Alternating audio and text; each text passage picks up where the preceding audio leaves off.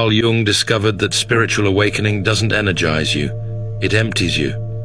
After studying hundreds of patients who experienced spiritual breakthroughs, Jung found that 70% lost all motivation within months, not because they failed, but because they succeeded too well at seeing through life's illusions. Jung called this the awakening paradox, the moment when enlightenment becomes emptiness, when clarity becomes confusion, when spiritual success becomes psychological crisis. You thought awakening would set you on fire with purpose.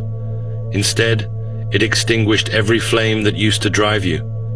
Right now, you might be lying in bed wondering why nothing matters anymore, why the goals that once excited you now feel hollow, why you can't summon the energy to care about anything, even though you're more conscious than you've ever been. But Jung discovered something that changes everything.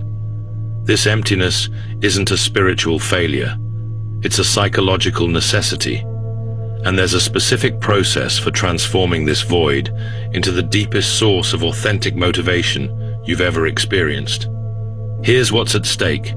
Everything you thought you knew about motivation, purpose, and spiritual growth. You've been told that awakening leads to bliss, that consciousness brings clarity, that enlightenment ignites passion. But Jung discovered the opposite is true. The more you awaken, the more you realize that every goal you've been chasing was an illusion. Every motivation you've had was rooted in ego, fear, or social conditioning.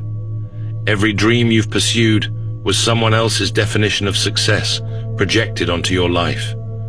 Jung found that spiritual awakening forces you into what he called the nigredo, the blackening phase where your old self dies, but your new self hasn't been born yet.